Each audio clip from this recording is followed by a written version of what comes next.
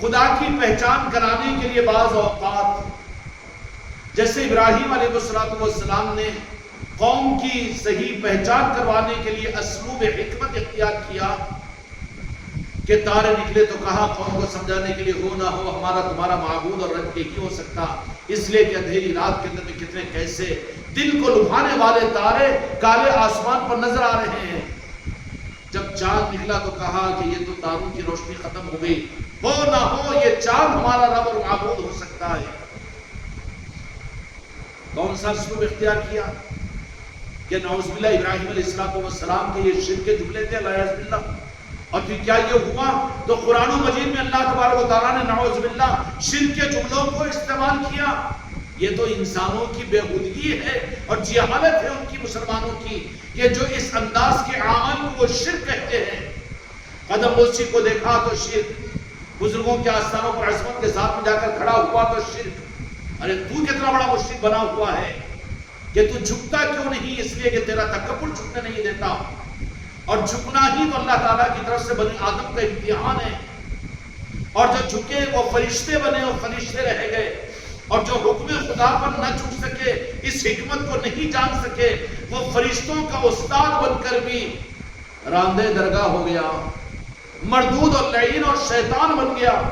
شیطان کا کوئی دوسرا بڑا جرم نہیں تھا کہ وہ بے نمازی تھا، وہ قاتل تھا، وہ زانی تھا، وہ شرابی تھا۔ یہ کوئی جرم اس کا شیطان کا نہیں تھا، بلکہ کیا جرم تھا؟ اس کا تکبر، اس کی نفسانیت اور اس کی انانیت، کہ اس کا تکبر، اس کی انانیت، اس کی نفسانیت اس کو اللہ کے سامنے جھکنے پر تو تیار کر دی، اس لیے کہ وہاں چارے کار نہیں ہے۔ اگر کوئی اللہ والوں کے نظام کو چھوڑ کر، انبیاء کو چھوڑ کر تعظیم اور ادب اور عظمت اور محبت کے لیے اگر کوئی یہ روح دیتا ہے کہ نہیں جھکنا شرک ہے، یا ماننا شرک ہے، یا تابعداری شرک ہے، یا یہ پیر پرستی شرک ہے، تو وہ جاہل ہے، شیطانیت کا راستے پر چلنے والا، اور شیطان کا وہ شاگرد ہے۔ شیطان یہی تو سمجھائے گا اپنے چیلوں کو۔ ایم ایل اے صاحب کے پاس میں جا کر جھکو، مینیجر کے سامنے جا کر جھکو، ڈاکٹر کے پاس میں جا کر جھکو، تو کسی مسجد کے ممبر پر یہ بیان نہیں ہوگا کہ نہیں کرنے والا اللہ ہے، کسی انسان کے سامنے مت جھکو، ہوگا یہ بیان؟ لیکن کیا بیان کروائے گا وہ؟ نہیں جھکنا۔ کہاں نہیں جھکنا؟ کہیں بھی نہیں جھکنا چاہیے نا۔ پھر اس کا کیا ہوگا جبکہ اللہ نے کہا کہ ماں باپ کے سامنے کھاندے کو جھکا کر کھڑے رہو؟ شرک کہاں ہے پھر؟ اور اللہ تبارک و تعالیٰ نے کہہ دیا کہ حج کے لیے آئے تو مصلی ابراہیم کے اوپر اپنے ماتھے کو ٹیکو، تو پھر شرک کہاں ہے؟ شیطان کے امتحان کے لیے، اس کے ایمان کے امتحان کے لیے کہہ دیا کہ تو میرے مصطفیٰ کے نور کی جلوہ گری کو آدم کی پیشانی میں دیکھا تو میرے نور کو، جو میرے مصطفیٰ کا نور نہیں بلکہ وہ میرا نور ہے، میرے نور کو سجدہ کر۔ کہا کہ نہیں، پتلا تو آدم کا ہے، سجدہ میں تجھے کرتا ہوں۔ تو خدا نے کہا کہ گیا، مردود ہو گیا۔ یہی رمز کو نہیں پہچان سکا، اور یہی شرک کے رمز کی پہچان کروانے کے لیے ولایت کا نظام ہے۔ ولایت کے نظام کے بغیر ایمان سمجھ میں ہی نہیں آ سکتا، اور بغیر ایمان کے نور کے شرک کی پہچان ہو ہی نہیں سکتی۔ کر رہا ہوگا یہ مشرک، لیکن اپنے آپ کو سب سے بڑا موحد سمجھے گا، سب سے بڑا توحید پرست سمجھے گا، اور سب سے بڑا اپنے آپ کو اللہ کا ماننے والا سمجھے گا۔ یہی تو قصور اس شیطان لعین مردود سے بھی ہو گیا، اور اس نے خدا سے کہا کہ یا اللہ، میں تو ہر انسان کو بہکاؤں گا۔ خدا نے دیا کہ تجھے اختیار ہے، جا۔ کہا کہ نہیں، اے اللہ مجھے اور اختیار، قیامت تک کی عمر، ٹھیک ہے قیامت تک، اور کہا کہ اور نہیں، کیونکہ 6 کروڑ برس عبادت کیا تھا نا، کینڈیڈ وہ۔ اللہ تبارک و تعالیٰ نے کہا کہ ذرا تھوڑا اس کی بھی تو سن لو، چلو۔ اس کے بعد پھر کیا کہا کہ نہیں، مجھے دل و دماغ کے وسوسوں کے ڈالنے کا اختیار، تو ٹھیک ہے یہ بھی اختیار۔ پھر ذرا کیوں کہ جیسے شرک میں سے شرک کو نکالتے ہیں نا یہ مشرکین، کہ پیر کی قدم بوسی کرنا شرک ہے، کسی آستانے کے سامنے جا کر سر جھکانے کا شرک ہے، کسی سے ادب سے ملنا شرک ہے، وہ مت کرو، معانقہ مت کرو، یہ مت کرو، وہ مت کرو. یہ شرک کے بچوں میں سے بچوں کو انہوں پیدا کرے سو سور کے بچے ہیں یہ. ورنہ شرک کو حقیقت اگر سمجھنا ہو تو بغیر ایمان کے حاصل کیے سمجھ ہی نہیں سکتے. اب شیطان نے کہا، موقع لیا کہ کیا موقع لیا کہ مجھے اور اختیار دے دے کہ میں وسوسے ڈالوں دلوں کے اندر میں، دماغوں کے اندر میں، غلط علم پھیلاؤں، توحید کو میں شرک دنیا میں کہلواؤں اور امت کو شرک کے باعث سے ڈروا دوں. یا اللہ اس سے کام نہیں بنے گا، ذرا اور ایک موقع دے دینا. اللہ بھی دینے والا ہے. کہا کہ ٹھیک ہے اور مانگ لے. کیا مانگتا؟ کیا مانگا شائستہ؟ کہ میں انسان کے خون کے ساتھ ان کی رگوں میں دوڑوں گا. اللہ نے کہا، اللہ کا تو دل دریا ہے. کہا کوئی فکر کی بات نہیں، تیرے لیے میں نے موقع دے دیا. دنیا کے اندر میں تیرا کام یہ ہوگا کہ تو جہنم بھرے، لیکن جن بندوں پر میری نظر ہوگی اور جن کو میں اپنا خاص فضل عطا کروں گا وہ تیرے چنگل میں نہیں آئیں گے، تیرے باتوں میں نہیں پھنسیں گے. کہا کہ تو انسان کے خون کے رگوں کے اندر بھی دوڑنے کا اختیار اللہ نے شیطان کو عطا کر دیا. تو شیطان تو انسان کے وجود کے اندر میں دوڑتا رہتا ہے اور سارے اپنے تصرفات کو، اختیارات کو جو اللہ نے اس کو دیا اختیار کرتا رہتا ہے. اور سب کچھ کو اختیار کرنے کے بعد شیطان کہہ دوں بت قدوں کو آباد نہیں کرواتا، مندروں کو آباد نہیں کرواتا، اس لیے کہ اس سے تو وہ بے فکر ہے. پھر اس کی محنت اور اس کا عنوان اور اس کی محنت کی عنوان صرف اور صرف کلمہ پڑھنے والے مسلمان اور ان میں ایسے لوگوں کو وہ اپنا آلیکار بناتا ہے. جیسے کھیتی کرنے والا زرخِ زمین کو دیکھتا ہے تاکہ فصل اچھی اگے، ایسے ہی شیطان کلمہ پڑھنے والے مسلمانوں کے اندر میں ایسے لوگوں کو دیکھے گا کہ جن میں دیکھ دیکھ کر گھور گھور کر دیکھے گا کہ کیا دیکھے گا کہ وسیلے کا ممکن ہے کہ نہیں، تعظیم اور ادب اور محبت مصطفیٰ کا اس سے دور ہے کہ نہیں، یا پھر تکبر کے جراثیم اس کے اندر میں ہے کہ نہیں، اس کو علم کا گھمنڈ ہے کہ نہیں، اس کو اپنی تقریروں کے اوپر خوشی ہے کہ نہیں، لوگوں میں عزت اور نام و نمود کا جذبہ اس کو ہے کہ نہیں. کون کھڑے بیٹا باہر ہو؟ کیوں باہر کھڑے ہو؟ آگے ہو ایسی جاؤ.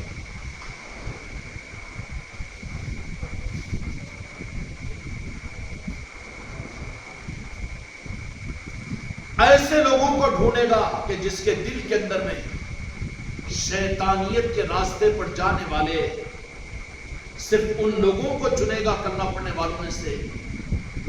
کافر شیطان کی محنت کا میدان نہیں ہے، مشرک محنت کا میدان نہیں ہے. وہ پھر شیطان کس کے لیے ہے؟ اچھا اللہ نے شیطان کو کس کے لیے رکھا ہے؟ وہ ایمان والوں کے امتحان کے لیے رکھا ہے. اور کس نے رکھا؟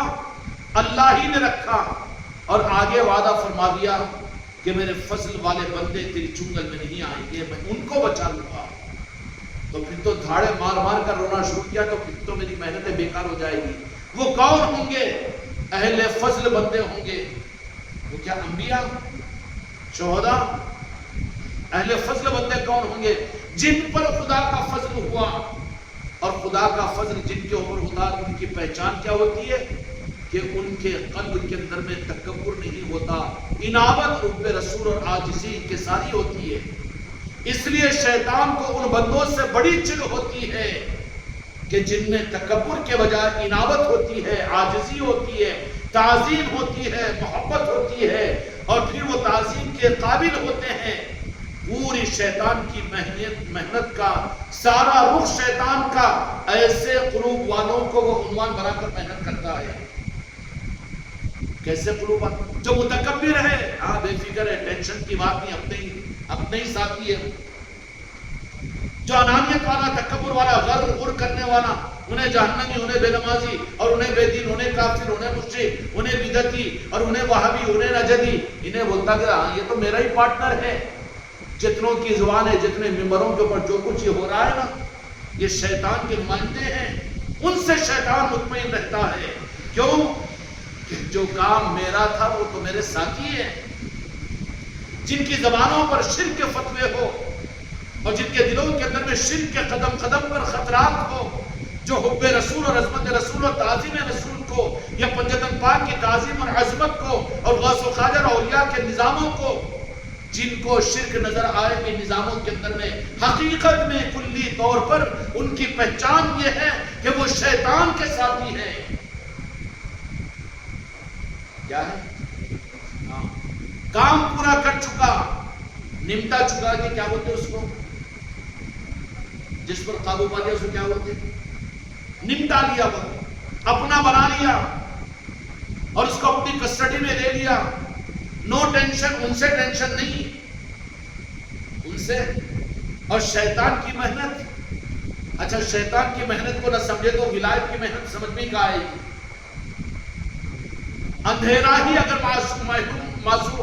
معلوم نہ ہو، واقف نہ ہو، تو اس کو اجالا اور نور سمجھ میں ہی کہاں آئے گا. اندھیرا تو اندھیرے میں بھٹکتا رہے گا. اندھیرے کی پہچان تو نور اور اجالے کی وجہ سے ہوگی. اس لیے شیطان یہ مت سمجھنا کہ جا کر سیمنا تھیٹروں کے پاس میں کھڑے کے رہے گا یا بادشاہوں کے پاس میں کھڑے کر رہے گا یا پھر مندروں پر پوجا کی جگہ پر کھڑے کر رہے گا. وہاں اس کو ضرورت ہی نہیں ہے. کیوں؟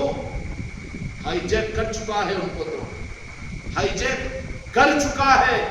پھر اب ان میں سے جن سے اس کو عداوت ہے، ان الشیطان للانسان عدو مبین، کہ جن سے عداوت ہے واللہ کے ان خاص بندوں سے کہ جن بندوں کی صحبت اور جن کی نسبت سے اور جن کی نظر سے اور جن کی وجہ سے یہ شیطان کے چنگل سے انسانیت بچتی ہے، رحمان سے وابستہ ہوتی ہے.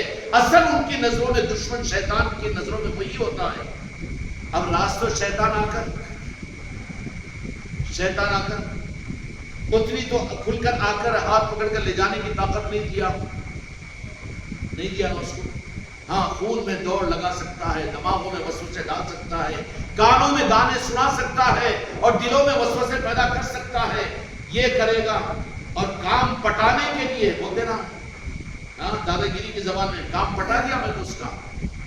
جو جن کے دلوں کے اندر میں شک کے ڈر اور خوف کو اتنا بھر دیا کہ اللہ کی محبت، اس کے حبیب کی محبت کو وہ ان کے دلوں کے دروازے کو کھولتے ہی نہیں ہیں.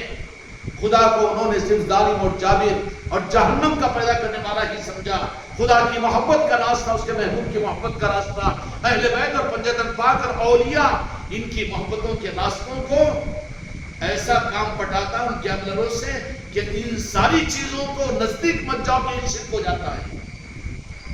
ارے بابا تیرے دل تو تیرے اختیار میں ہے. اگر اتنا بہمت ہے تو مقابلہ کر شیطان سے، مگر نہیں کر سکتا. کیوں؟ کہ ایسا کام پٹا دیتا ہے. شرک مت جاؤ، شرک مت جاؤ. شرک کیا ہے؟ شرک کا مطلب ایک نہیں ہے، دو ہے. کیا ہے شرک کا مطلب؟ زبردستی کے لیپ لپیٹ کی تعلیمات نہیں، غلط ہے وہ. جو دو مانتا ہی نہیں اس کو شرک کیوں بول رہے ہو تم؟ شرک کا مطلب سیدھا سمجھنے کے لیے جانجو بھائی، شرک اگر کوئی بول رہا ہے کچھ کا کچھ اس میں سے لین پہ نکال رہا ہے، تاگے میں تاگا کھینچ رہا ہے، بیٹا بیوقوف بنا رہا ہے، گیملر ہے وہ. شرک اگر کہیں پر آئے تو شرک کا مطلب واحد نہیں، دو. اور کوئی کلمہ گو بھی اللہ کو دو مانے گا؟ ارے ہم تو اس کے محبوب کو ان کی عظمتوں کے اعتبار سے واحد مانتے ہیں. ہماری توحید کو کیا پوچھتے ہو تم؟ 1.25 لاکھ نبی خدا کی قسم عقیدے کی بنیاد ہے. لیکن جو عظمت اللہ تبارک و تعالیٰ نے میرے آقا کو، جن کے نام لیوا ہم کو رات کو بنایا ہے، ہم تو ان کو بھی اپنی عظمت اور مقام اور تعظیم اور توقیر کے اعتبار سے ان کو بھی واحد تسلیم کرتے ہیں، اکیلا معبود کرتے ہیں. کہ جیسے میرے مصطفیٰ کو اللہ نے جو کچھ عطا کیا وہ کسی اور کو عطا نہیں کیا. ہماری توحید کا امتحان تو ہمارے مصطفیٰ کی ذاتی ہے. ہم تو اپنی دنیا اور آخرت کی کامیابیوں کو اور لینے کو، ملنے کو، بلکہ خدا کے بھی ملنے کو ہم اپنے محبوب کے بغیر نہیں سمجھتے. جن کو میرے محبوب نہ ملے ان کو خدا کا ملے گا. بندے ناتان چکر میں مت آ. شرک کا ٹھوس دے کر تجھے ایمان سے محروم کر دیا جا رہا ہے. اور جن کا کام پٹاتا ہے نا، دیکھتا ہے کہ شیطان اب میری چنگل میں نہیں آ رہے ہیں، رمضان آیا تو دھڑ دھڑ دھڑ دھڑ دھڑ سارے مسلمان مسجدوں کے اندر میں، جمعہ آیا تو مسلمان ارے ارے ارے ارے کیا کروں کیسا کروں، پھر عید کی نمازوں میں دیکھو سارے، اور حج کے میدان میں دیکھو 40 لاکھ۔ یوم عرفہ کے دن میں آقا نے فرمایا کہ شیطان کی ہڈیاں ٹوٹتی ہیں، اس سے زیادہ اس کو تکلیف سال کے 12 مہینے میں کبھی نہیں ہوتی۔ اب آبا کیسا؟ تو اب وہ کیا کرتا ہے کہ چند لوگوں کو منتخب کرتا ہے جن کے دلوں کے اندر میں تکبر ہوتا ہے، انانیت ہوتی ہے، اپنے کو کچھ سمجھنا، میں علم والا، میں قرآن کا جاننے والا، میں حدیث کا پڑھانے والا، اور میں پیر یا میں عبادت کرنے والا، میں تہجد پڑھنے والا۔ پیر سے مراد وہ ڈپلیکیٹ پیروں کی طرف میں اشارہ ہے، ورنہ پیران پیر اور پاک پیر۔ میرے بچوں، پیر سے مراد وہاں پر فوراً اپنے آپ کو بچا لینا۔ یہ ان ڈپلیکیٹ دھوکہ باز پیروں کی وجہ سے ان کو اصل پیر نہیں مانیں گے آپ۔ جو واقعیتاً پیر ہے وہ تو تمہارے چچا و تاوے ہے، تم اسی خاندان کے تو ہو، اس خاندان سے کٹ کر کہاں جاؤ گے، منافق بنو گے۔ پیر کی بات آئے گی تو جو ہم اشارات کرتے ہیں ایسے پیر کے بارے میں، تو ان سے مراد وہ سچے پیر، وہ تو خدا کی قسم وہ ہماری نسبت کے، ہمارے آنکھوں کے تاج ہے، چاہے کسی سلسلے کے کیوں نہ ہو، کیونکہ وہ اولیاء کی نسبتوں کے امین ہیں، ان کے ذریعے سے اولیاء کے نظام دنیا میں چلتے ہیں۔ لیکن ہم جو تنزیہ طور پر پیر کا نام لیتے ہیں نا، تو اس سے مراد اگر کوئی دوسرا نام لو تو بے ادبی گستاخی ہو جائے گی نا۔ بالجبر ہم پیر کا نام لیتے ہیں، کیوں کہ لوگ متعارف تو پیر مرید سے، اور وہ بیچاروں کو، بےحدوں کو جن کا کام شیطان پٹا لیتا ہے، اب ان کی نظروں میں صرف ان پیروں کو جو دنیا دار پیر رہتے ہیں ان کو، اے دیکھو پیرا ایسی کرتے، اے دیکھو یہ ایسی چھوٹا، اے دیکھو یہ شرک ہو رہا، یہ قدم بوسی ہو رہی، یہ سما میں ناچ رہے، وہ یہ ہو رہا اور وہ قدم بوسی کر رہے ہیں۔ ان کا کام تو پٹا لیا ہے پارٹنر، اب اس کی ضرورت نہیں ہے، بلکہ کام پٹایا۔ اور کن کو منتخب کرتا ہے؟ اللہ نے قرآن مجید کے اندر میں فرمایا، جس کا مفہوم یہ ہے کہ اولیاء کو میں مومنین میں سے چنتا ہوں، مومنین میں سے، مسلمانوں میں سے نہیں۔ اولیاء کو ان کا اپائنٹمنٹ مومنین میں سے، اور مومن کون ہے؟ جس کا قلب مدینہ بن جائے، حب رسول جس کے پاس میں ہو، اہل بیت کی محبت اور عظمت اپنی سانسوں کی جانوں سے زیادہ جن کے پاس میں ہو، اور اولیاء کی نسبتوں پر اپنی سانس کو لینے اور اپنی سانس کو نکالنے کا جو فیصلہ کیا ہوا ہو، اپنی جان و مالوں کو ان نسبتوں کے اوپر لٹا کر جو فزت رب الکعبہ کہنے والا کہ خدا کی قسم میں تو کامیاب ہوگا، وہ مومن ہے، وہ مومن ہے۔ اب مومنوں کے اندر میں سے اولیاء کا انتخاب ہوگا، یہ تو رحمان کا انتخاب ہے۔ آج ذرا کلیریفیکیشن کر دوں نا پورا۔